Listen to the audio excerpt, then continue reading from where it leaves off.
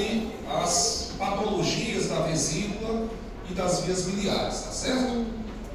Como eu avisei a vocês, é um dos assuntos importantes, por quê? Porque é o que vocês mais veem quando vocês estão em pronto atendimento, quando vocês estão em um ambulatório, tá? Então é importante que a gente saiba que o conhecimento que a gente tem que ter sobre esse tipo de patologia, que é muito prevalente na população, ele é um conhecimento que deve estar bem atualizado. Então é importante que a gente saiba que, se a gente não conseguir diagnosticar corretamente, a gente pode deixar passar uma situação clínica que pode levar o nosso paciente a risco de vida.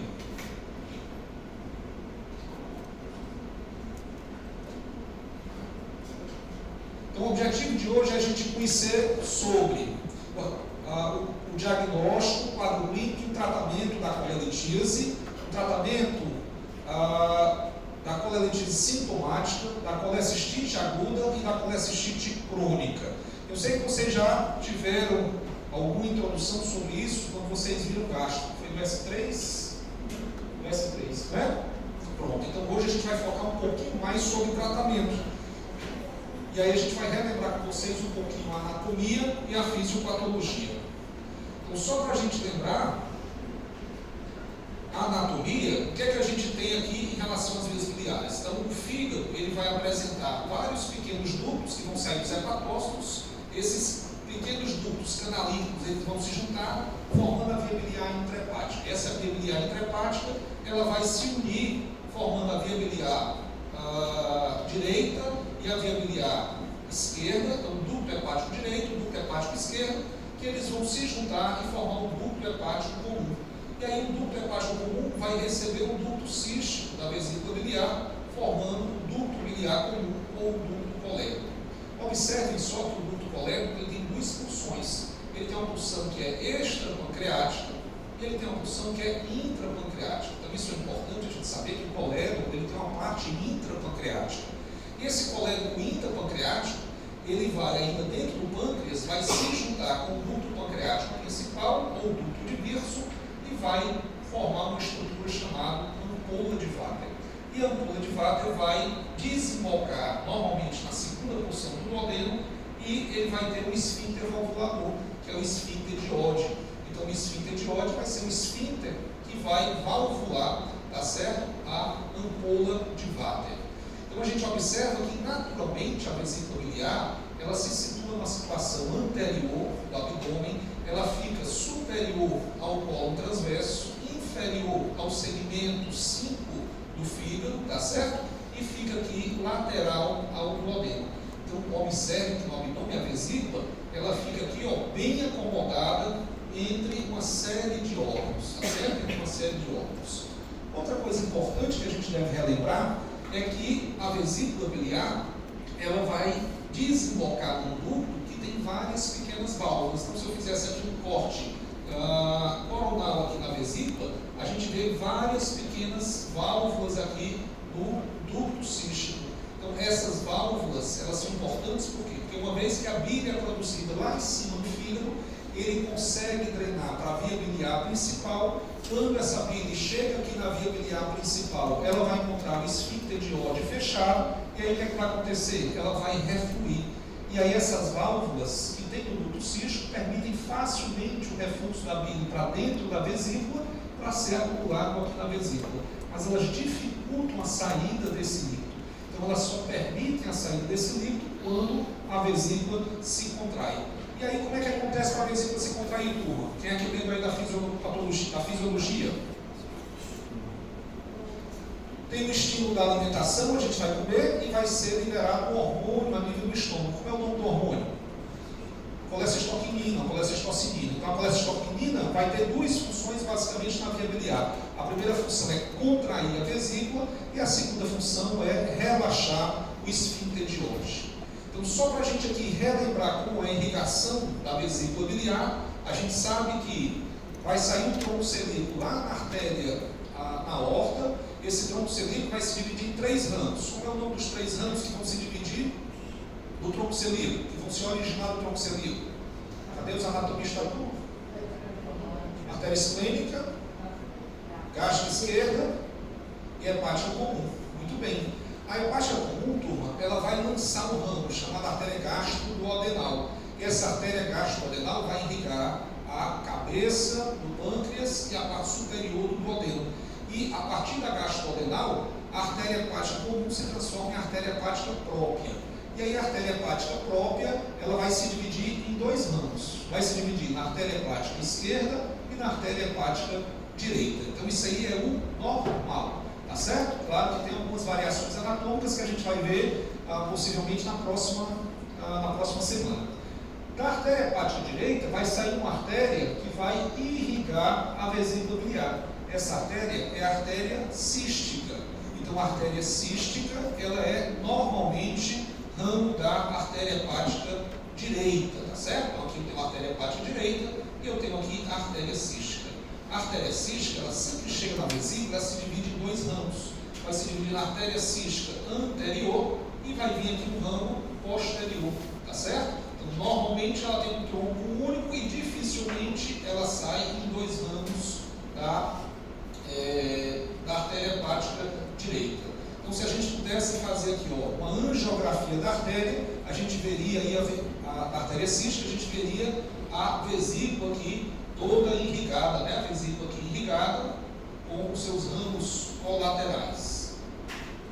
Do ponto de vista da via biliar principal, do colédoco. Então, do colédoco a gente sabe que normalmente o colédoco ele tem um diâmetro fixo. O diâmetro dele é de 4 a 6 milímetros. Então, se eu tenho um paciente que não foi manipulado cirurgicamente, eu vou ter um colédoco de 4 a 6 milímetros. Se o colédoco tiver mais do que 6 milímetros, eu tenho uma ectasia, uma dilatação do colédoco. Mas em pacientes que são colecistectomizados, esse meu colédoco, ele pode atingir até 8 milímetros de diâmetro de forma normal. Então, a primeira informação para vocês, que é muito comum, o paciente pergunta: doutor, se eu retirar minha vesícula, isso vai trazer algum malefício para mim? Então a natureza é muito sábia. Então o que acontece é que nos pacientes que são colecistectomizados, a própria a bile, ela vai ficar acumulada na própria via biliar principal. Então o ducto colédoco e o ducto hepático comum, ele sofre uma dilatação fisiológica. E aí o paciente evita ter as complicações pós-colecistectomia, que a gente vai falar daqui a pouco, tá certo? Então, só para a gente lembrar a anatomia, lembrar que o colédoco, ele tem uma função intrapancreática que vai se juntar com o ducto virso, e aí ele forma a ampola de Weyler. Só que ele pode, observem aqui, se encontrar muito precocemente. Então aqui eu tenho o colédoco se encontrando com o ducto de virso muito precocemente, e aqui o colédoco e o virso não se encontram. Professor, por que isso é importante? É importante porque tem um exame chamado colangiopancreatografia retrógrada endoscópica. E qual é a principal complicação desse exame, turma? É a pancreatite pós-CPRE. Então, por que ocorre a pancreatite? Ocorre por esse motivo. Ao invés de endoscopista canalizar o ducto colédoco, ele vai canalizar ou canular o ducto de virso. E aí ele injeta contraste. Quando ele injeta contraste, aumenta a pressão. Se aumenta a pressão, os ductos, os microductos do pâncreas podem romper. E aí começa o processo de autólise. Tá certo?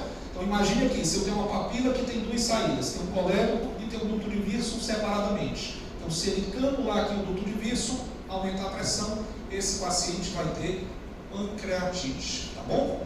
Qual é o índice de pancreatite pós-CPRE? Alguém lembra? 10%, pronto.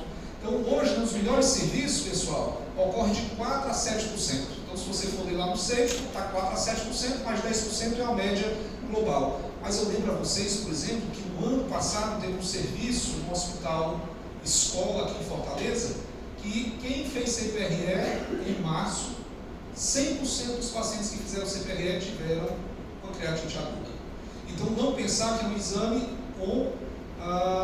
tão simples de fazer ou que tenha poucas complicações. Por quê? Porque vai depender da habilidade de quem está fazendo. Do ponto de vista da inervação, nós temos inervação simpática e parasimpática. Pois não? Professor, mas está certo é mandatório a ressonância ou não? Eu posso mandar o paciente na CPRE sem pergunta importantíssima também. Está perguntando se para fazer CPRE eu preciso ou não fazer colagem de ressonância primeiro.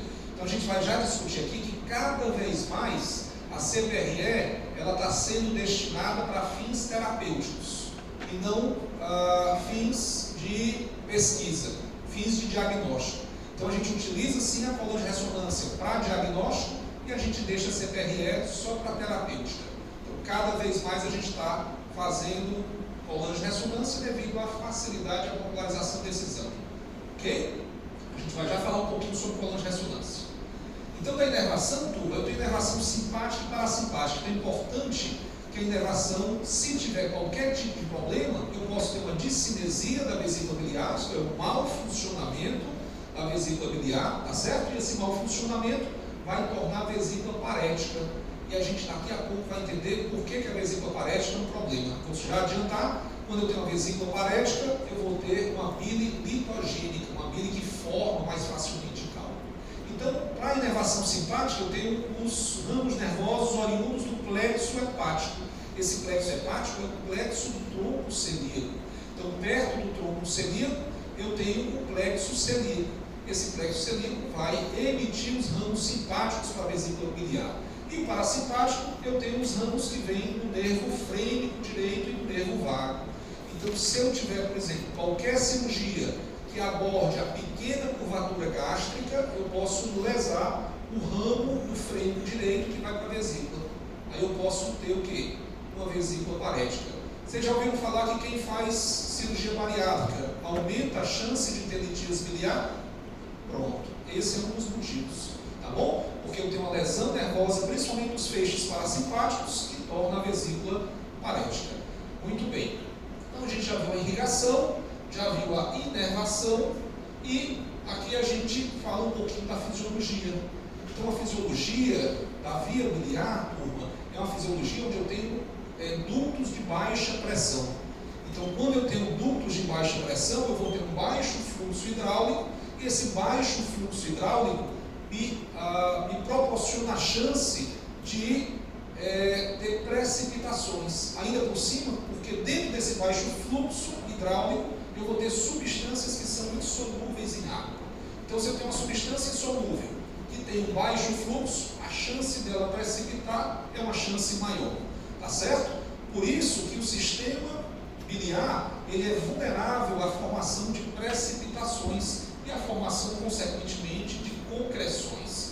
Então, o que vai acontecer é quando eu tiver o espessamento da bile, esse espessamento começa a formar microcristais. Esses microcristais, eles começam a precipitar. Essa precipitação proporciona a união desses microcristais, que a gente chama de aglutinação. Então, eles vão se aglutinando e essas aglutinações vão formando o que a gente conhece como litíase biliar. Tá certo? Então, a gente tem esse sistema que tem essa possibilidade. E aí a gente entra na primeira entidade nosológica que a gente quer conversar com vocês, que é litíase biliar. E eu pergunto, aqui na sala, alguém conhece alguém que já teve litíase biliar? Levanta a mão. Pronto, aí pela quantidade de pessoas, vocês veem a prevalência, tá certo? Do que acontece. Então a litíase biliar, turma, é o termo designado para descrever quem tem cálculo na vesícula biliar. Então, ela está entre as afecções mais frequentes da raça humana, sendo que a patogênese dela permaneceu obscura por muito tempo. Então, ela é a segunda maior causa de morbidade, observe só, no mundo inteiro, sendo que a retirada da vesícula, que é a colecistectomia, é a cirurgia eletiva mais frequente realizada nos Estados Unidos e em todo o mundo. Só para a gente ter uma noção, 10% da população nesse momento possui litíase biliar. Qual é a população do mundo? 7 bilhões. Então, se a gente imaginar, nesse momento, pessoal, 700 milhões de pessoas têm litíase biliar, que daria mais ou menos 3 vezes a população do Brasil. Se a gente fosse operar todo mundo, o que é que iria acontecer? Colapso, né? Iria um colapso no sistema de saúde. A gente não ia fazer mais nada durante 10 anos, ia só operar vesícula. Então, a gente vai já entender quando a gente vai indicar o tratamento cirúrgico dos pacientes. Então, a polilitíase pode se apresentar em qualquer grupo populacional, mas ela privilegia quem? infelizmente, né? Tanta coisa para ser privilegiada, mas a litíase biliar privilegia as mulheres, principalmente entre os 40 a 60 anos. Então tem alguns fatores de risco que a gente tem que conhecer. Esses fatores de risco é uma idade maior do que 40 anos, uma dieta rica em calorias, a obesidade, o uso de anticoncepcionais, a má absorção dos ácidos biliares, alguns fatores genéticos, a gente vai já ver porquê, a multiparidade e a ingesta excessiva de gorduras. Então a gente, de uma forma geral, diz que a colelitíase é a doença dos 4 Fs, onde eu tenho FET, Foreign, Fertility e Female. Então eu tenho 4 fatores de risco principais para a colelitíase. Então é importante que a gente saiba. Mas na verdade os fatores de risco eles são muito mais além do que isso. Então eu tenho aqui a presença da influência da raça, com pacientes da raça negra, pacientes que usam drogas, a gente já viu os anticoncepcionais, as dietas que são muito calóricas, antecedentes familiares. É comum operar paciente no consultório, diz, doutor, eu estou fazendo essa cirurgia, minha mãe já fez, minha avó já fez. Então, a antecedência familiar é muito relacionada à dieta. Então, a dieta que o seu ascendente tem, normalmente você vai ter. Então, com muita dificuldade, ocorre uma mudança de dieta familiar. A obesidade, cada vez mais está sendo colocada como fator de risco de várias doenças, a gestação, a estase, a idade e o sexo. Mas observe só, fatores como álcool, diabetes, excesso de lipídios plasmáticos, ausência de atividade física e anticoncepcionais orais também estão associados como fatores de risco da litíase biliar. E aí, como é a história natural de pacientes que têm litíase biliar? Pessoal, até 80% dos portadores são assintomáticos. Graças a Deus. Já imaginou? A gente tem que operar 750 milhões de pessoas. Então, se são portadores assintomáticos, eu já vou antecipar para vocês aqui uma conduta. De forma geral, a gente só vai indicar tratamento cirúrgico para quem é sintomático. Então, isso restringe aí a população que tem indicação de cirurgia, tá certo? Por quê? Porque 80%, turma, vai ter a litíase biliar e não vai sentir nenhum sintoma. Entretanto, se esse paciente não for submetido à cirurgia, ele tem um risco anual de ter sintoma até 4% ao ano. Então, um risco relativamente baixo. E o risco anual, se ele não tiver sintoma de ter uma complicação, é mais baixo ainda, é em torno de 0,4%, muito baixo. Entretanto, se ele tiver uma crise, o paciente apresentou sintoma a primeira vez, 50% desses pacientes vão ter a segunda crise. E tendo a segunda crise, 70% dos pacientes vão ter a terceira crise. Daí vocês estão entendendo porque a gente tem que fazer indicação de tratamento cirúrgico para o paciente que apresenta sintomas. Porque ele vai constantemente ter sintomas. Os pacientes que tiveram sintomas, somente 30% eles podem ter ausência de recidiva em 10 anos. Então, a grande maioria, uma vez sendo sintomático, permanece sintomático. E 30% só não vai apresentar um novo episódio de cólica biliar. Alguém aqui já fez colecistectomia? Se não se incomodar de falar, levante a mão. A doutora ali fez, né? Então a gente tem aqui uma colecistectomizada. Eu ainda tenho minha vesícula, eu fico vigiando minha vesícula. Eu vigio, porque vez por outra ela sinaliza que ela existe. Rapaz, será que foi a vesícula? Não acredito. Aí eu vou, eles façam um ultrassom só da vesícula, não tem esse, não existe, doutor, esse não é mais fácil, é só para ela, né? Mas ela continua bem. Mas a gente deve ficar realmente, porque eu opero tanto paciente com colelitíase que a gente tem que vigiar. Então, quando eu tenho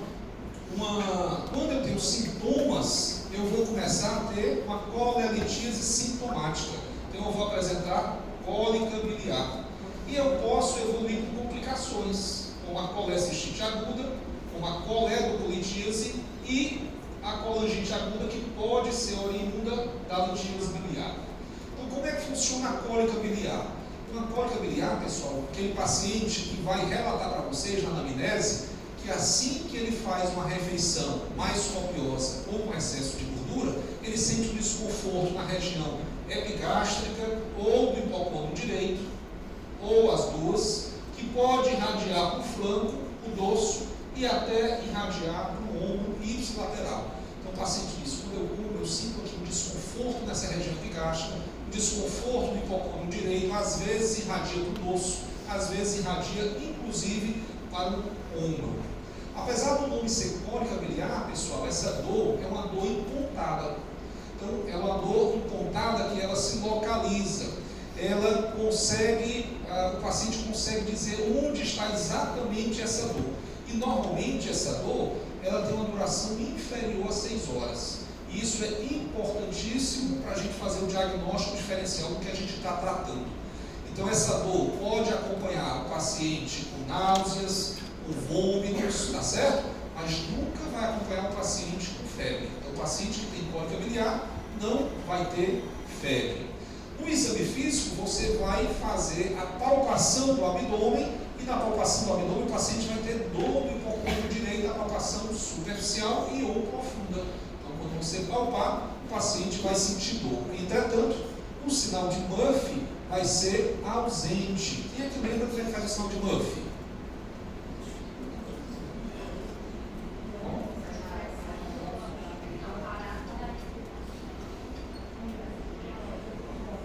Pronto, exatamente. Então, as doutoras estão dizendo aqui, ó, que eu vou ter aqui um ponto hepatocístico, um ponto cístico, na linha hemiclavicular direita, mais ou menos 1 centímetro do rebordo costal, e quando eu faço a compressão desse ponto no momento da inspiração, o paciente corta a inspiração. Então, esse é o sinal de Murphy, que no caso da cólica biliar vai estar negativo.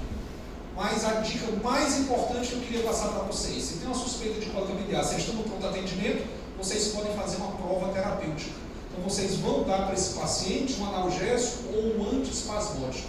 Então se esse paciente melhorar da dor com esse analgésico, com esse antiespasmódico, provavelmente o paciente está tendo uma cólica biliar. Se não melhorar, tem alguma outra coisa. Professor, qual é o analgésico? Eu posso fazer, por exemplo, o buscopan composto, tá certo? Que vai analgesiar o paciente, vai servir para diminuir os espasmos. E eu posso fazer outro tipo, tá certo? De iocina ou analgésico, tá bom? Por exemplo, o tropinal, ok? E por que esse paciente tem dor? Então, se a pedra estava ali, 80% é assintomático, por que justo ele vai ser sintomático? Porque vai acontecer uma obstrução transitória do ducto cístico. E aí a gente lembra da fisiopatologia. Quando o paciente come, o estômago aumenta a produção da colecistoquinina para aumentar a contração da vesícula biliar, abrir o esfíncter de Oddi, a bile entrar no duodeno para fazer a emulsificação das gorduras e facilitar a absorção dos alimentos. Se eu estou alimentado e tenho um cálculo que vai obstruir, o que é que vai acontecer? Vai ter um aumento maior ainda da colecistoquinina, tentando contrair mais ainda a vesícula biliar, para aumentar mais ainda a drenagem da bile para dentro do duodeno. Só que se está obstruído, isso não vai acontecer. E aí vai dar um feedback negativo. Então aumenta mais ainda a produção do hormônio, aumenta mais ainda a contração da vesícula biliar, e aí o paciente passa a ter dor. Tá certo? Então, por isso que acontece a cólica biliar, porque o paciente tem uma obstrução transitória do ducto cístico por um cálculo, certo? Do ponto de vista laboratorial, o que a gente vai ver é que o paciente tem exames praticamente normais. Se ele tiver alteração de exames, como presença de leucocitose, alteração de enzimas canaliculares, enzimas hepáticas, eu vou pensar em outras possibilidades. Em relação ao ultrassom, o que a gente vai ver é a evidência de cálculo dentro da vesícula. Para isso, o ultrassonografista ele tem várias imagens. Então, aqui vocês estão vendo a vesícula biliar normal, tá certo? Vesícula biliar normal. A gente vê aqui as paredes vesiculares fininhas, né, delgadas. Não vê alterações perivesiculares. E aqui a gente vê uma vesícula biliar que tem uma estrutura que está dentro da vesícula.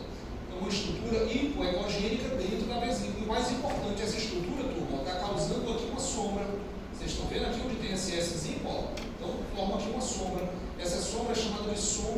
acústica. Então isso é patognomônico, tá certo? Da litíase biliar. Porque eu posso ter outras estruturas dentro da vesícula? Posso, por exemplo, eu posso ter um pólipo. E aí o pólipo não vai causar sombra acústica. Ele também é hipoecogênico, tá bom? Então aqui uma outra visão, eu estou vendo aqui, ó, a litíase dentro da vesícula, causando aqui sombra acústica. E eu tenho outros exames que eu posso utilizar? Eu posso utilizar, por exemplo, um raio-x simples de abdômen. E aí eu vejo aqui concreções radioopacas na topografia da vesícula. Eu vou sempre utilizar esse exame? Resposta, não. Por quê? Somente 20% dos cálculos são radioopacos. Então eu só vou conseguir visualizar a minoria dos cálculos de vesícula biliar. Mas se eu não conseguir realizar o ultrassom, eu posso lançar a mão da tomografia. E eu vejo aqui uma vesícula biliar com vários cálculos dentro da vesícula. Só que o problema da tomografia, só 20% dos cálculos são radioopacos. Então, se eu tiver um cálculo não radiopaco, a tomografia não vai evidenciar. E por que somente 20% dos cálculos são radioopacos? Porque 80% dos cálculos da vesícula biliar são cálculos de colesterol. Então, a minoria é que é cálculo de bilirrubinato de cálcio, que é radiopaco, tá certo? Outro exame que pode ser utilizado é a ressonância magnética, e aqui a ressonância eu vou ver uma imagem de subtração, tá certo? Uma vez que a ressonância utiliza como contraste a própria bile, e aí eu vejo uma imagem de subtração dentro da vesícula biliar. Do ponto de vista de diagnóstico diferencial, então o paciente chegou lá no teu consultório com dor do hipocôndrio direito, que irradiava para as costas, essa dor piorou com a alimentação, ele não teve febre, mas ele vomitou, ele nauseou, você examinou o abdômen, o MUF era negativo, apesar de ter dor do hipocôndrio direito, exame laboratorial negativo e o ultrassom mostrou que tinha litíase biliar. Mesmo assim, turma, eu tenho que fazer um diagnóstico diferencial. Então eu tenho que pensar em outras patologias que possam dar dor nessa região. Então, o primeiro diagnóstico diferencial que eu tenho que fazer é o processo torácico. Então, será que esse paciente, por exemplo, tem uma pneumonia basal direita? Essa pneumonia basal direita pode simular dor do hipocôndrio direito. Será que esse paciente tem uma lesão raquidiana? Então, por exemplo, uma hernia de disco que esteja fazendo um pinçamento do nervo e dando dor nesse netâmero do paciente do hipocôndrio direito? Será que ele está com dispepsia funcional? Será que ele tem uma cólica nefrética direita? Será que ele tem uma apendicite aguda subhepática? Professor, essa aí é a raridade da raridade, mas pode acontecer. O paciente tem um apêndice retrocecal, subseroso e é subhepático. E aí, quando ele tem a dor pode iniciar aqui no hipocôndrio direito. Ou será que ele está com pancreatite aguda? E esse, dentre todos esses diagnósticos diferenciais, é o principal. Então, se eu tenho um paciente que eu suspeito que tem cólica biliar, que tem colelitíase sintomática, o que é que eu vou fazer na emergência? Primeira coisa é fazer um teste propedêutico. Então eu vou analgesiar e dar um antiespasmódico e ver se eu consigo melhorar a dor do paciente. Esse paciente, após a melhora da dor, não vai requerer hospitalização. Ele vai requerer o quê? Um encaminhamento para ser avaliado a nível ambulatorial e realizar o ultrassom. Tá certo? Então, o paciente com cólica biliar não precisa ficar internado, não precisa fazer procedimento terapêutico de urgência ou de emergência. O que é isso, turma? Vamos para frente.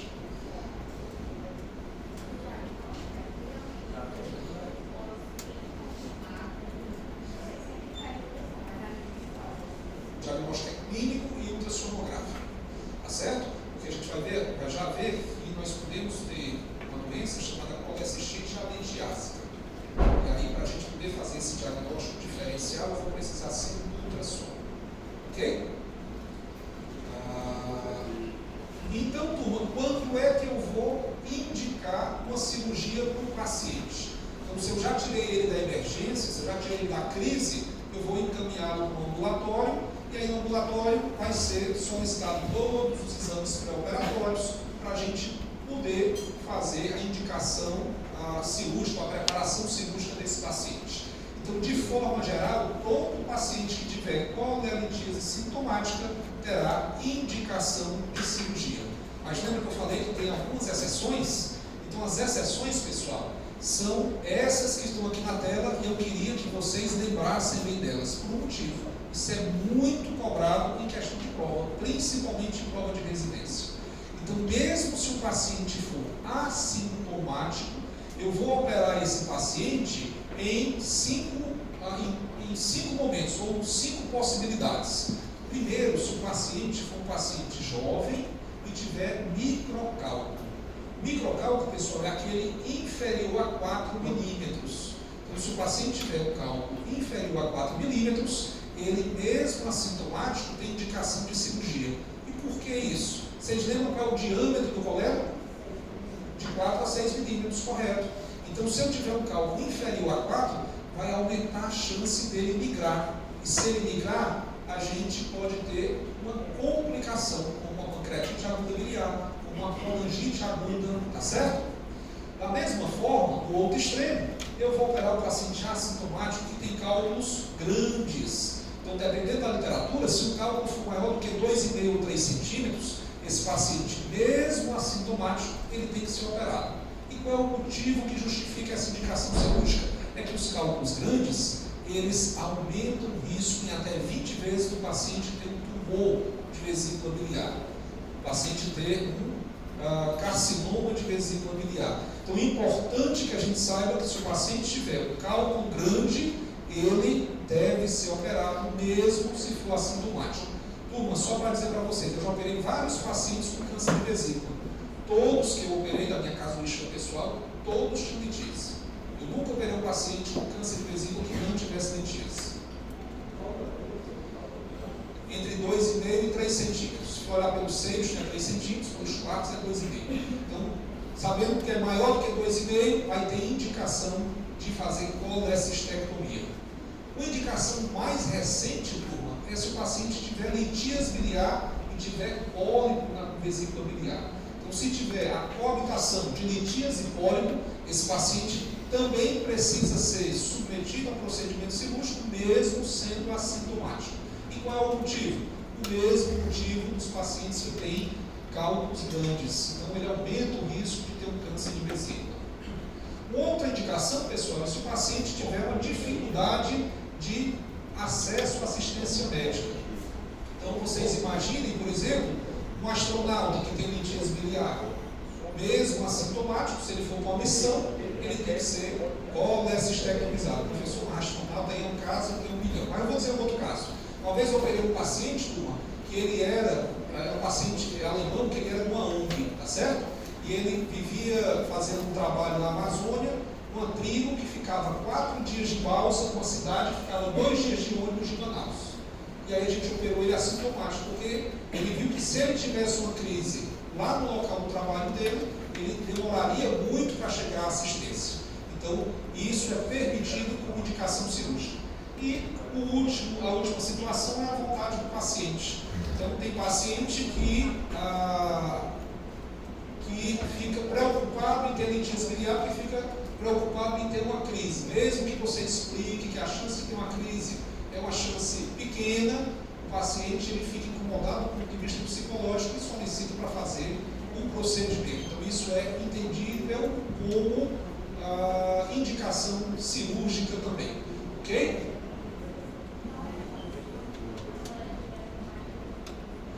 O paciente que tem litíase biliar, ele pode ter crise durante a vida dele em 20% das vezes.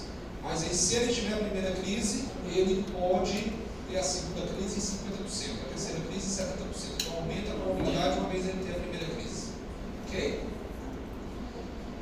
Então, todo mundo entendendo sobre litíase biliar, a gente vai entender que o tratamento é a colecistectomia. Alguém aqui já viu na vivência uma colecistectomia? Já viram? Quem foi que já viu? Ele levanta a mão, só para eu ter aqui uma noção. Perfeito, muita gente já viu. Então, é o padrão ouro, pessoal, para fazer a colecistectomia através da videolaparoscopia. Então, cada vez vai ficar mais difícil vocês verem uma colecistectomia aberta. Alguém aqui já viu uma colecistectomia aberta? Só que a doutora, o doutor ali também? Muito bem. Turma, apesar de ser difícil, eu estava no congresso, no meio do ano, no Congresso Nacional de Cirurgia, e fizeram uma enquete lá, tá certo? E aí, pela enquete, a colecistectomia laparoscópica só era realizada em 20% do Brasil, dos cirurgiões que estavam lá. Então, vocês imaginam que no Brasil ainda 80% das colecistectomias ainda são abertas. É muito impactante, né, esse dado. Hoje, a gente já está na era da cirurgia robótica e está lutando ainda para fazer colecistectomia laparoscópica em alguns casos. Mas o tratamento é a colecistectomia e o pós-operatório super tranquilo, tendo em vista que a colecistectomia laparoscópica é uma cirurgia minimamente invasiva. Então, normalmente o paciente se submete à cirurgia e ele consegue ter alta 12 a 24 horas depois do procedimento. Ok? Muito bem. Passado a colelitíase sintomática, vamos entender uma das principais complicações da litíase biliar, que é a colecistite aguda. Então, a colecistite aguda, como o nome diz, é a inflamação da parede da vesícula biliar. É a principal complicação de quem tem litíase biliar. Então, aproximadamente 30% dos pacientes que tiveram cólica biliar podem desenvolver colecistite aguda, tá certo? Podem desenvolver colecistite aguda. E, do ponto de vista fisiopatológico, qual é a diferença da colecistite aguda para a cólica biliar, a colelitíase sintomática? É que a obstrução do ducto cístico na colecistite aguda é uma obstrução crônica em 90% dos casos. Então, em 90% dos casos, eu vou ter uma obstrução não transitória, mas uma obstrução crônica desse ducto, e essa obstrução crônica vai levar à inflamação da vesícula biliar. Então, do ponto de vista de diagnóstico, eu vou me deter se o paciente, logicamente, tem dor. Então, se ele tem cólica biliar, que essa cólica não cede, você passando um teste terapêutico, que essa cólica ela persiste por mais de 6 horas, eu tenho que já acender uma luzinha, que pode ser uma complicação da colelitíase, pode ser uma colecistite aguda. Além disso, o paciente vai apresentar náuseas, vômitos, e observe aqui que ele apresenta febre. Então, o paciente ele tem estado subfebril ou passa a ter febre até 38,5 graus centígrados. Eu posso ainda no exame físico detectar que o paciente tem uma massa palpável no hipocôndrio direito. Essa massa pode ser a própria vesícula que está distendida ou pode ser já um plastrão inflamatório. Todo mundo entende aqui o que é um plastrão inflamatório? Sim? Perfeito. Não? O plastrão, pessoal, é quando os órgãos ou tecidos do abdômen eles tentam restringir a inflamação. Então, vocês lembram lá no começo da nossa conversa que eu disse que a vesícula está perto do colo transverso, está perto do duodeno e do fígado? Então, quando ela inflama, essas estruturas tentam isolar o local da inflamação. Esse isolamento é chamado de plastrão inflamatório. E talvez a manobra semiológica mais perceptível é que o paciente vai apresentar um sinal de Murphy positivo. Então, ele vai ter um sinal de Murphy presente no exame físico. E aí, o sinal de Murphy presente é patognomônico de colecistite aguda. Professor, eu posso ter colecistite aguda sem o sinal de Murphy? Posso. Mas se eu tiver o sinal de Murphy, vai ser colecistite aguda. Ok? E além disso, eu gostaria de relembrar vocês que o paciente que tem colecistite aguda pode cursar com icterícia até em 1/5 dos casos. Então, pacientes tendo só colecistite aguda, inflamação, a vesícula cresce tanto que começa a comprimir, começa a imprensar a via biliar principal e isso vai trazer colestase para o paciente. Então, é importante que a gente saiba que o quadro clínico é esse. Então, aqui só para a gente diferenciar o paciente que tem cólica biliar, a dor é menor do que 6 horas, na colecistite aguda, a dor é maior do que 6 horas. A vesícula não é palpável na cólica biliar, ela pode estar palpável na colecistite aguda. O sinal de Murphy é negativo na cólica biliar e geralmente é positivo na colecistite aguda. E na cólica biliar o paciente não tem febre, que geralmente está presente na colecistite aguda. E a icterícia está ausente na cólica biliar e pode estar presente na colecistite aguda. Quais são os tipos de colecistite aguda que eu posso ter? Eu posso ter 2 tipos de colecistite aguda, onde a grande maioria das vezes ela é devido à litíase biliar. Então eu tenho a colecistite aguda litiásica em torno de 90 a 95% dos pacientes. Mas eu posso ter a colecistite aguda alitiásica em até 5 a 10% dos pacientes. E aí a gente vai ver daqui a pouco como é que se desenvolve a colecistite aguda alitiásica. Então, do ponto de vista geral, 95% dos pacientes que têm colecistite aguda vão ter uma obstrução mais demorada, tá certo? Do ducto cístico. Essa obstrução, ela vai causar edema da parede do ducto cístico, e esse edema da parede do ducto cístico vai causar uma diminuição do efluxo venoso e uma diminuição do efluxo linfático. E aí vai acontecer o quê? Vai acontecer diminuição do afluxo arterial e ocorre isquemia, principalmente na região que é menos irrigada. A gente viu que a irrigação começa lá no ducto cístico, perto do infundíbulo, e por último é que vai para o fundo da vesícula. Então o fundo da vesícula é o setor que é mais prejudicado quando tem uma colecistite aguda. E aí esse evento inflamatório, ele vai se desencadear, ocorrendo toda aquela cascata inflamatória com a liberação de mediadores inflamatórios que o paciente tem durante esse momento. Então o cálculo vai bloquear o ducto cístico, que vai obstruir a vesícula. Se essa obstrução for transitória, eu vou ter uma cólica biliar, uma colelitíase aguda sintomática. Se ela for persistente, eu posso ter inflamação da parede da vesícula, que é uma colecistite aguda.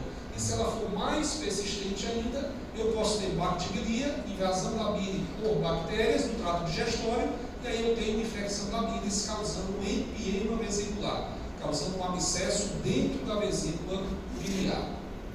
Então, o quadro clínico, a gente viu que o paciente vai ter uma cólica biliar de longa duração, vai ter náuseas, vômitos, febre, pode ter icterícia, vai ter anorexia e pode ter no exame físico uma vesícula com uma massa palpável com sinal de Buffy positivo. E como é que a gente vai fazer o diagnóstico baseado em guidelines? Então, a gente tem o guideline de Tóquio, que ele diz que se o paciente tiver um sintoma local de sinal de Murphy, dor, desconforto no quadrante superior direito, massa palpável no quadrante superior direito, se tiver um sinal sistêmico, febre, leucostose, elevação da PCR, e se tiver a confirmação sonográfica ou de cintilografia no ato biliar, que ele tem a colecistite aguda, então a presença de um sinal local ou um sintoma de um sinal sistêmico e a confirmação de imagem diz que o paciente está com colecistite aguda. Então, os critérios de Tóquio, eles vêm para facilitar o diagnóstico da colecistite aguda. E além do diagnóstico, ele facilita para a gente classificar a colecistite aguda. Eu queria que vocês prestassem atenção nesse momento, porque a classificação é extremamente relevante para a gente definir conduta. Então, a conduta do paciente com colecistite aguda vai depender da classificação. Então, eu posso classificar a colecistite aguda em 3 graus. Eu posso ter uma colecistite aguda leve, moderada e grave. Veja como o critério não é difícil, pessoal. Quando é que a colecistite aguda é leve? Quando não for moderada nem grave. Então, o critério a gente já aprendeu. Quando é que a colecistite aguda é moderada? Quando eu tiver um paciente com leucostose acima de 18.000, com presença de massa palpável no quadrante superior direito, com duração da crise maior do que 72 horas e com presença de sinais de inflamação local, como a peritonite, abscesso pericolicístico, abscesso hepático, colecistite gangrenosa ou colecistite enzimatosa. Isto é, se eu tiver complicações da colecistite. Então, minha colecistite vai ser considerada moderada, turma, se eu tiver complicações da colecistite aguda. Eu tive a colecistite, se ela complicar, ela vai ser moderada.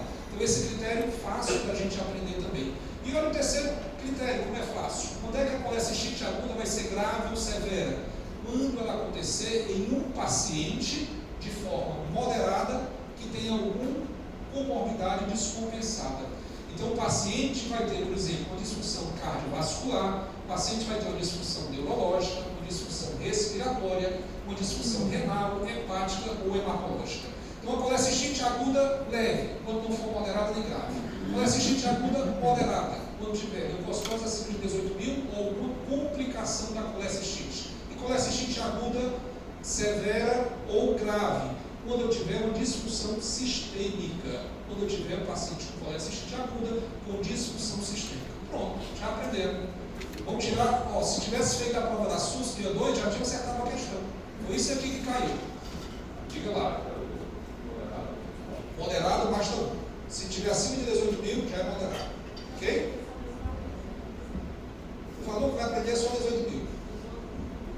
Pronto. Os outros é se tiver disfunção sistêmica. Certo? Então, o paciente. Os parâmetros não, mas, por exemplo, o paciente que está hipotenso, está com disfunção cardiovascular. Então, já é uma disfunção, já é uma colecistite severa. Paciente que evoluiu com insuficiência renal, já é uma disfunção severa. Paciente que tem uma displasia sanguínea, já é uma disfunção severa. Tá bom? Se o paciente vai ter sepsis, o paciente normalmente está em sepsis, ou uma colecistite aguda severa. Normalmente ele está em sepsis. Mas observe, se ele tiver colecistite aguda moderada, ele pode estar em sepsis também. Tá certo? Ele tem leucocitose acima de 18 mil, ele tem um foco infeccioso, que é a colecistite aguda, porque ele tem um abscesso peripolicístico, um abscesso intravesicular. Então, o critério da sepsis é moderado. Certo? Então, lembre desses critérios que a gente vai precisar deles para definir conduta. E aí, quais são os métodos auxiliares para o diagnóstico? Então, o primeiro que vocês ouviram, ultrassom abdominal. Turma, ultrassom abdominal é um método de escolha na suspeita de paciente com otite biliar sintomática ou colecistite aguda. Isso é óbvio, turma? É óbvio? É. O pessoal já caiu 3 vezes na prova da SUS. Eu estou cansado de ver essa questão.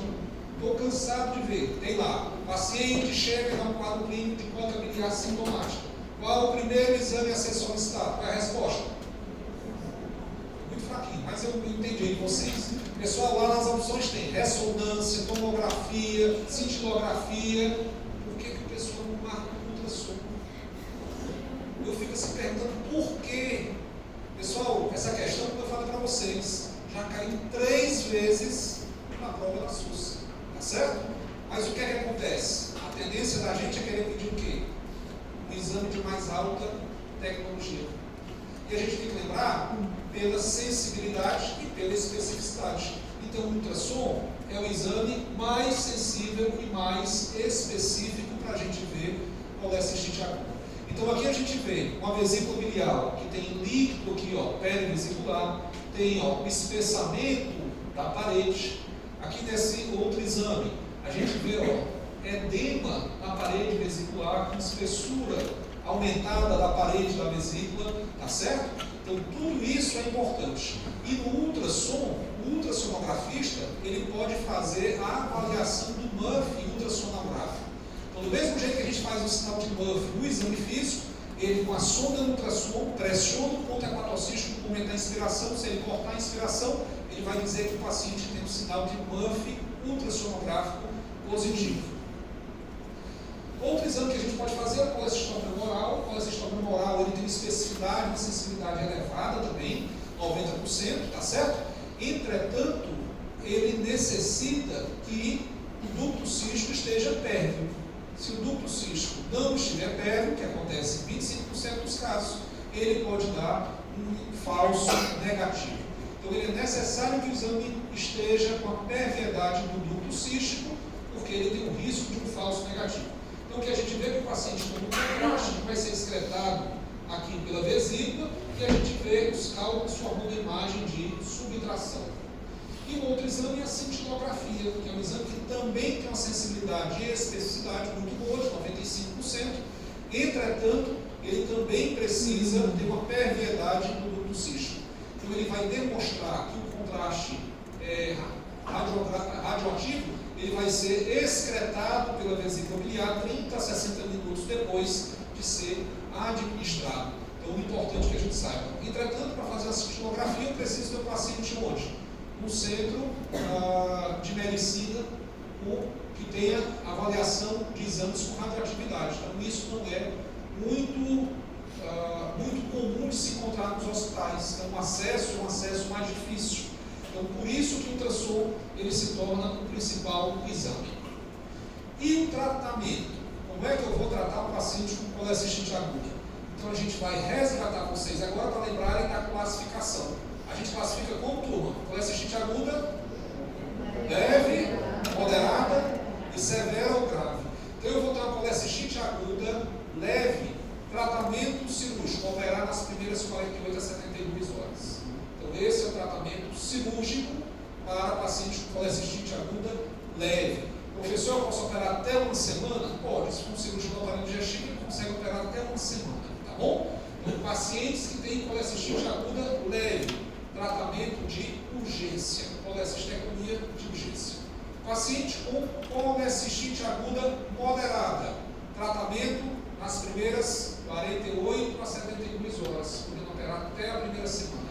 Então, paciente com colecistite aguda moderada, tratamento de urgência, tá certo? Colecistectomia de urgência. E o paciente com colecistite aguda severa ou grave. Paciente com colecistite aguda severa ou grave, vejam como não é difícil. É um paciente que vai ter o quê? Os critérios de colecistite aguda moderada e tem alguma disfunção orgânica, correto?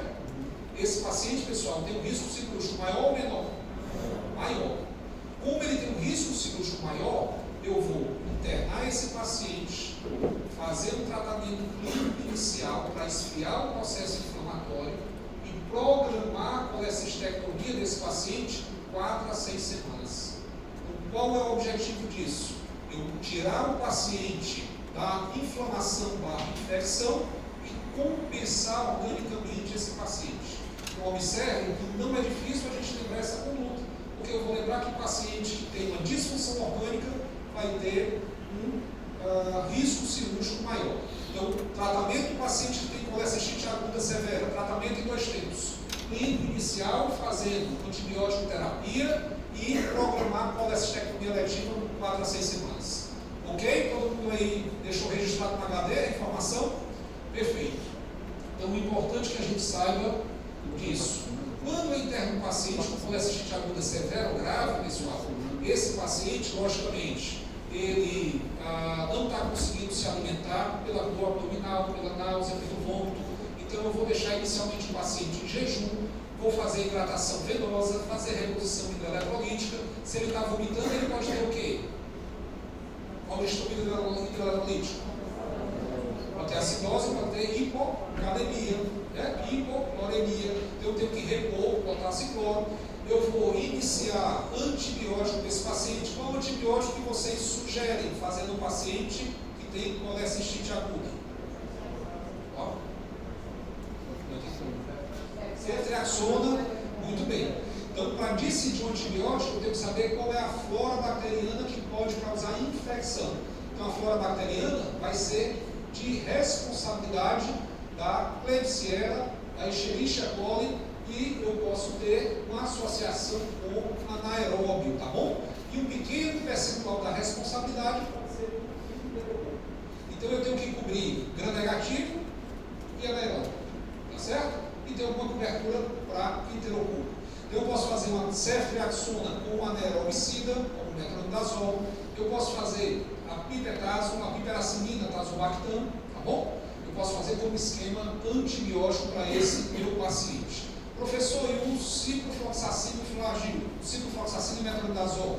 Pessoal, cada vez está sendo mais desestimulado fazer dentro do hospital, por conta da alta indução de resistência bacteriana no ciclo. Ok?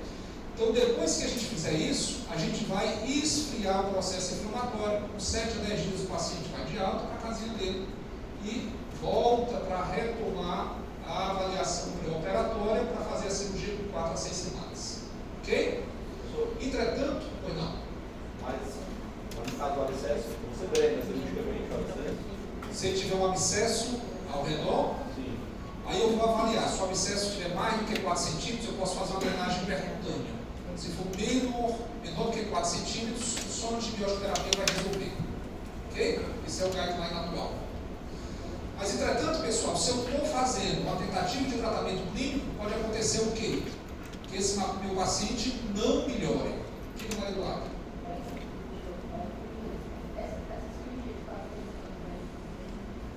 É o quê? Eu vou fazer uma cirurgia de forma letiva. Se o paciente tiver colecistite aguda, grave ou severa. Colecistite aguda, severa. Lembra da classificação? Se for leve ou for moderada, cirurgia de urgência. 3 sempre foi. Não quis sair no 4, ele está revoltado comigo. 4 a 6 semanas é aqui. Isso. Eu vou brigar com quem fez nesse slide aqui. Entendeu? Se eu estou fazendo um tratamento clínico, pessoal, com uma colecistite aguda severa, pode ser que ocorra uma complicação e eu não consiga terminar o tratamento clínico. Que complicação? Vocês viram que na colecistite aguda eu posso ter isquemia, eu posso ter a necrose da parede da vesícula. Se eu tiver necrose, vai ocorrer naturalmente o extravasamento da bile para a cavidade peritoneal. E aí, esse extravasamento de bile tem duas situações que ele pode se comportar. Primeiro, ele pode ficar acumulado ali no espaço subhepático, que o bastão inflamatório conseguiu reter essa bile que foi exteriorizada, e ele vai formar uma coleção chamada de bilioma. Então, o paciente forma um bilioma. Ou essa bile que extravasou para a cavidade pode não se organizar e pode ficar banhando toda a cavidade peritoneal. Então, eu vou ter uma situação de coleperitônio, uma peritonite causada pela bile. Tá certo? Se o paciente tiver um bilioma ou um coleperitônio, ele vai ter que ser operado antes das 4 semanas, porque ele passa a ter necessidade de uma cirurgia de emergência. Tá certo? E aí eu vou ter que operar esse paciente antes das 4 semanas. A gente diz que entre a primeira e a 4ª semana, ele está na fase subaguda. E aí eu já vou dar informação a vocês. Eu pensei que alguém ia perguntar por que ninguém opera o paciente com colecistite aguda entre a primeira e a 4ª semana? Por que eu só opero até a primeira semana? Se passar a primeira semana, eu vou operar só depois da 4ª semana. O que acontece aí, né, desse meio mágico entre a primeira e a 4ª semana? O que acontece, pessoal, é que nessa fase subaguda as estruturas estão tão inflamadas que você não consegue distinguir uma estrutura da outra. Você não consegue dizer o que é a vesícula, o que é o ducto cístico, o que é o ducto colérico, o que é o ducto hepático. Então, se eu não tenho segurança de reconhecimento anatômico, o que é que pode acontecer? Uma lesão iatrogênica. E aí, turma, uma lesão iatrogênica de colérico, a gente não quer para ninguém, nem para o nosso pior inimigo. Uma vez meu residente, eu queria que ele tivesse uma lesão iatrogênica de colérico. Mas não deseja isso não, desejo não, porque isso é tão ruim, eu não queria nem para o meu inimigo. Por que isso é ruim, pessoal? Porque uma lesão iatrogênica de colérico pode levar o paciente, por exemplo, a ser submetido a um transplante de fígado. Aqui no Ceará já teve mais de 5 pacientes que foram colecistectomizados, tiveram lesão iatrogênica de colérico, evoluíram com cirrose biliar secundária e tiveram que transplantar. Então você imagina aí uma cirurgia que é para ser uma cirurgia de porte moderado, evoluir uma complicação tão grave que necessite de um transplante. Não é? Então a gente tem que evitar operar nessa fase, certo? Eu estou dizendo isso porque se vocês tiverem um paciente com colecistite aguda e for me pedir um parecer, não peça entre a primeira e a 4ª semana, não, peça antes da primeira ou depois da 4ª, tá? Mas, como eu falei, se o paciente evoluir com complicação desse intermédio, mesmo você tendo a complicação, você tem que submeter o paciente à cirurgia e isso aumenta o risco da sua cirurgia, tá certo? Aumenta o risco da sua cirurgia.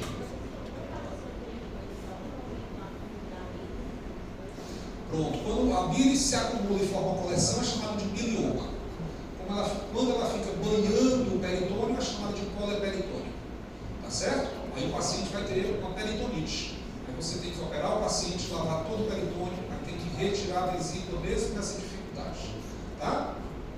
Então aqui o paciente, pessoal, como vocês estão vendo, com colecistite aguda, vários cálculos, como vocês, né, quase todos aqui já viram uma colestectomia. Aqui, ó, o tamanho da vesícula biliar, a gente vê que a vesícula, ela não está na coloração normal dela, que é um tom mais ou menos de roxo para vinho, tá? Ela está aqui, ó, espessada, está esbranquiçada, está avermelhada, mostrando que estava com inflamação.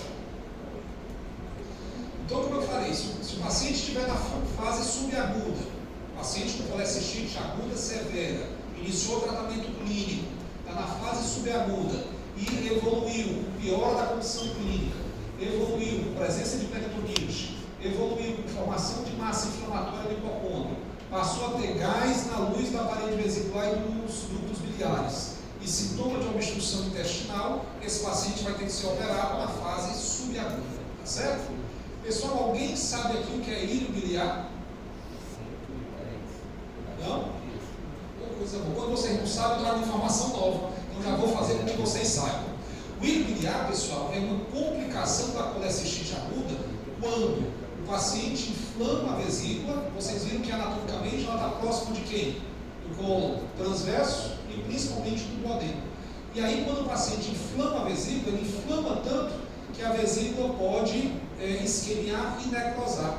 Só que no caso, o paciente tem uma isquemia formando uma fístula no trato digestório, normalmente para o duodeno. E aí quando ocorre a fístula, aquele cálculo que estava causando a inflamação, ele migra para o cálculo do trato digestório.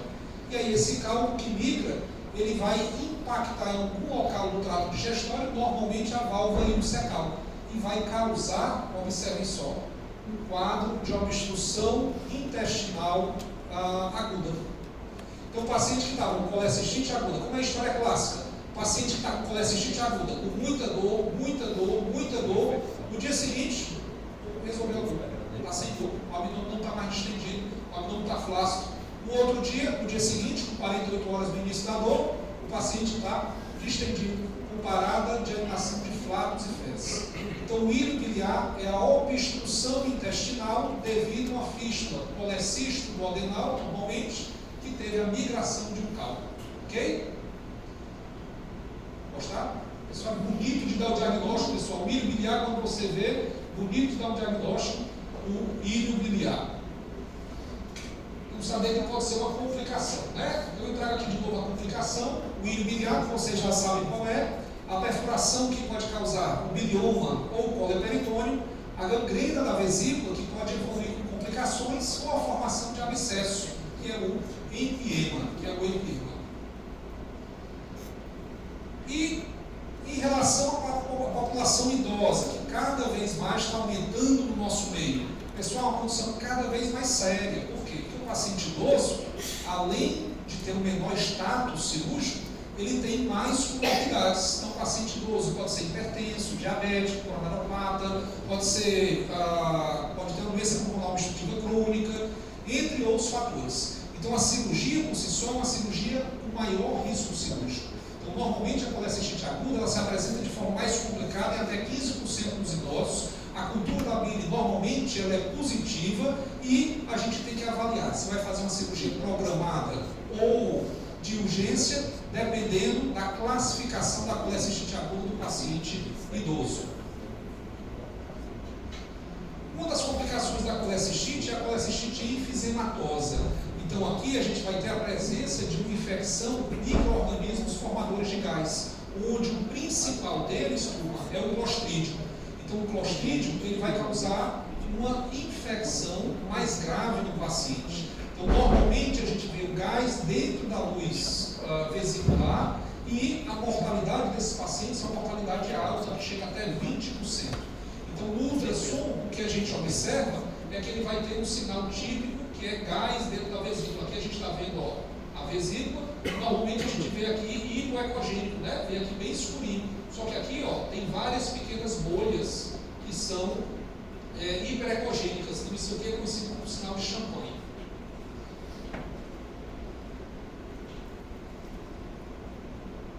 Mas nós falamos no início que a colecistite aguda pode não ser somente devido a cálculos biliares, ela pode também ser alitiásica. E quando é que ela vai ser? Em torno de 5 a 10% das vezes, se eu tiver pacientes com colecistite, eu posso ter uma colecistite alitiásica. Só que a colecistite alitiásica tem uma fisiopatologia diferente. Ela vai ocorrer devido à formação de microangiopatia que acontece na irrigação da artéria cística. E aí a microangiopatia eu vou ter em quem? Eu vou ter um grupo seleto, ou melhor, um grupo específico de pacientes, onde o grupo mais representativo são os pacientes com diabetes. Então, pacientes com diabetes mellitus, eles têm microangiopatia, que pode afetar a artéria cística e isso causar uma colecistite aguda alitiásica. Além do paciente diabético, pacientes com hílio prolongado, os pacientes que são imunossuprimidos ou imunodeprimidos, pacientes na vigência de nutrição parenteral total, pacientes que foram vítimas de traumatismos graves ou grandes queimados. Então vocês observam que todos esses pacientes são imunomodulados. Então Então, um paciente que tem alguma imunoglobulação pode apresentar uma colecistite aguda alitiásica. E o que é importante a gente saber? Que o quadro clínico, turma, vai ser igual à colecistite aguda litiásica. O paciente vai ter dor, náusea, vômito, febre, anorexia, tá certo? Pode ter icterícia, vai apresentar leucocitose, hiperglicemia, pode ter hiperamilasemia, elevação de transaminase, elevação de fosfatase alcalina. E os estudos diagnósticos também vão ser os de imagem. Só que aqui a gente observa que o paciente tem um espessamento da parede vesicular, tem líquido perivesicular, mas não tem o quê? Cálculo intravesicular. Então ele tem uma colecistite aguda alitiásica. Olha aqui a parede da vesícula, né, desse ultrassom aqui. O edema aqui, ó, dentro da parede vesicular. Então, quando eu tenho um paciente com colecistite aguda, eu vou ter os sinais de colecistite aguda e, se for litiásica, eu não evidencio o cálculo. Aí não vai ter sombra. Ele não vai ter sombra nenhuma. A sombra é causada pelo cálculo. Ele não tem cálculo, não vai ter sombra acústica. Tá certo? Então, se eu tiver um paciente com colecistite aguda, eu só posso definir se é litiásica ou alitiásica depois do exame de imagem. Ok? Claro. Se eu tiver um paciente dentro daquele grupo de risco, daqueles fatores de risco, grande queimado, que fez NPT, imunossuprimido, paciente diabético, ruim prolongado, eu já vou ficar alerta. Por quê? Porque todo paciente com colecistite aguda alitiásica, turma, o tratamento cirúrgico é a cirurgia de urgência. Então, independente da classificação da colecistite aguda alitiásica, o tratamento é a cirurgia de urgência. Por que o tratamento é a cirurgia de urgência? Por conta da fisiopatologia. Não adianta eu esfriar um processo inflamatório no paciente com colecistite aguda alitiásica, já que ele tem microangiopatia. Por quê? Porque invariavelmente a vesícula biliar vai evoluir com isquemia, necrose e perfuração. Tá bom? Então, tratamento de paciente com colecistite aguda alitiásica, cirurgia de urgência. Tá? Alguma dúvida, turma, até agora? Não? Nós estamos só aquecendo. Pessoal, eu descobri hoje que eu tenho uma manhã todinha com vocês. Eu fiquei tão feliz, eu acordei animado hoje. Tenho uma manhã todinha com vocês. Mas aí a gente vai aqui, devagarzinho, devagar e sempre. Né?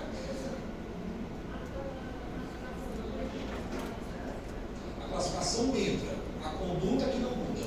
Tá bom? A conduta que não muda. Uma vez entendido que é colecistite aguda litiásica e alitiásica, a gente tem que entender, pessoal, que existe a colecistite crônica. Isso aqui, às vezes, eu vejo colegas médicos que fazem confusão com a colecistite aguda com a colecistite crônica. Que são entidades diferentes e são importantes que a gente reconheça por conta do risco cirúrgico. A gente vai já entender por quê. A colecistite crônica, pessoal, sempre é associada a cálculo. Já disse para vocês que a colecistite alitiásica, o tratamento é de urgência. E a colecistite crônica sempre é associada a cálculo, por quê? Porque o paciente vai ter crises recorrentes de colecistite aguda. Ele vai ter crise recorrente de dor no quadrante superior direito. Ele tem uma inflamação crônica da mucosa e da parede vesicular. Vai apresentar dispepsia gordura e pode evoluir com icterícia. Então, a colecistite crônica, pessoal, é que a gente observa principalmente no Sistema Único de Saúde. É aquele paciente que não tem acesso fácil à atenção à saúde e fica tendo crise em cima de crise, crise em cima de crise. E aí tem uma hora que ela agudiza. Então, a colecistite crônica agudizada. Ele forma uma inflamação em cima de vesícula que sofreu várias inflamações. Então, por que isso é importante? Porque o tratamento cirúrgico de uma colecistite crônica é um tratamento mais difícil. A cirurgia é mais difícil. O procedimento é mais difícil. A recuperação do paciente vai ser mais difícil. Então, é importante para que você saiba explicar ao paciente, para o cirurgião se programar para o tratamento cirúrgico, que ele vai estar diante de uma entidade nosológica mais difícil de ser tratada. Então, vejam aqui, por exemplo, esse paciente fez uma colecistectomia, ele tinha uma colecistite crônica, olha o tamanho, não mostrou aqui, mas olha aqui o tamanho desses cálculos aqui, ó. Então, um cálculo aqui, ó, quase de 5 centímetros, tá certo?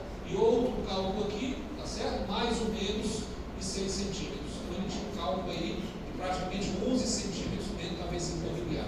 Tá? Então imagine o tempo que esse cálculo demorou para se formar. Foram anos e anos e anos aí sem conseguir fazer o tratamento adequado. Então, para fazer o diagnóstico da colecistite crônica, também a gente precisa do ultrassom abdominal. Se eu tiver presença de icterícia, aí eu já vou lançar a mão da colangio-ressonância. E lembrar sempre que a colecistectomia laparoscópica tem um resultado superior à colecistectomia convencional.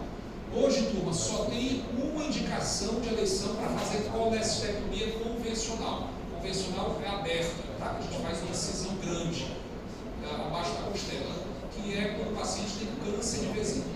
Então, se o paciente tiver diagnóstico de câncer de vesícula, tratamento cirúrgico com colecistectomia convencional. Estou aqui juntando aqui os dois cálculos, vamos observar aqui, ó, o tamanho desses cálculos, né? Quase aqui 11 centímetros de cálculo.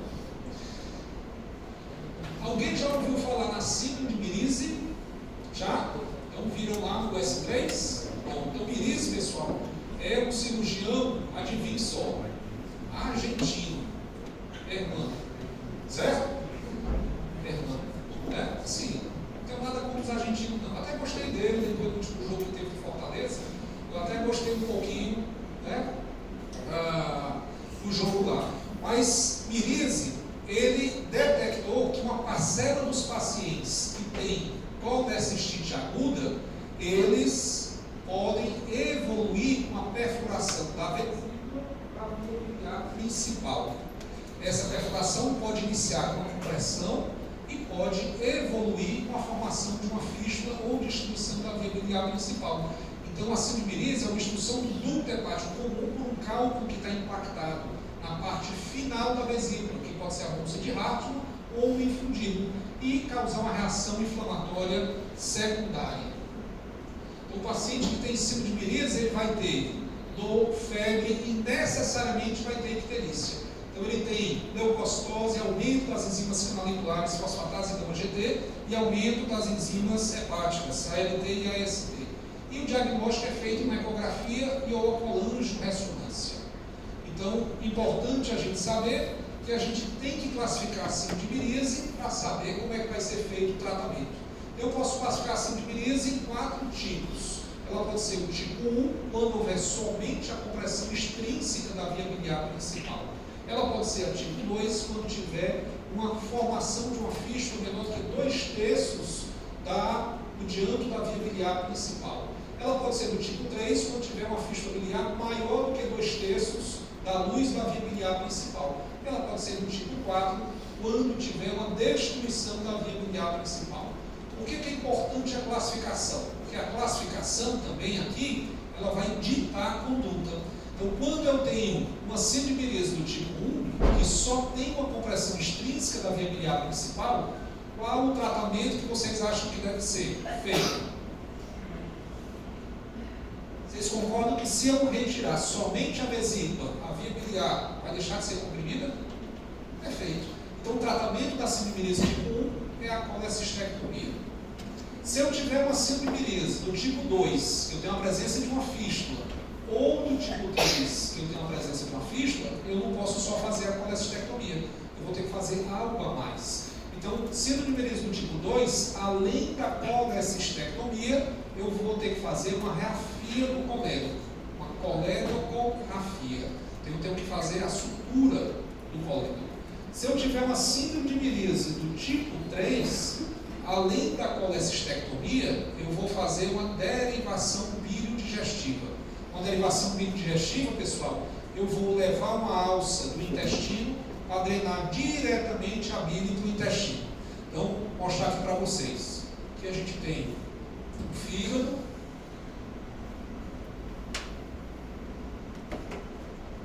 a vesícula desembocando no duto cístico aqui no colédoco e o duodeno, ok? Então, se eu for fazer uma derivação biliodigestiva, eu vou levar aqui uma alça de jejum e fazer uma anastomose aqui direto na via biliar principal. Vocês já leram o Néter? Já leram? Leram o Néter não, aquele Atlas? Já? Está parecido? Olha aí, para vocês verem como está. Tá certo? Então, uma derivação bilidigestiva, pessoal, o que é que eu vou fazer? Eu vou ter aqui o duodeno, eu vou levar aqui uma alça intestinal direto aqui, ó, para anastomosar com um ducto hepático comum ou colégio. Então, isso aqui é uma derivação bilidigestiva. Então, se eu tiver uma síndrome de miríase do tipo 3, eu tenho que fazer a colecistectomia e fazer a derivação bilidigestiva. Essa conduta, turma, é a mesma conduta da síndrome de miríase do tipo 4. Então, aqui vai ser a conduta para a síndrome de miríase do tipo 3 e para o tipo 4. Ok? E com isso, pessoal, a gente termina esse nosso primeiro momento aqui da manhã. Vocês preferem fazer um intervalo de 15 minutos?